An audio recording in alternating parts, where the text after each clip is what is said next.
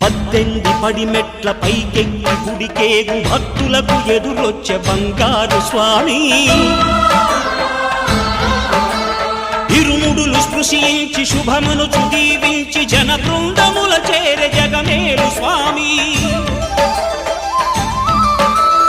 తన భక్తులొనరిల్చు తప్పులకు తడబడి ఒక పక్క ఒరిగెన ఓంకారమూర్తి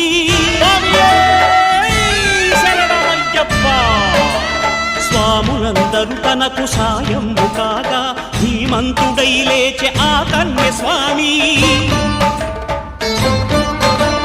పట్టబంధము వీడి భక్తతతికై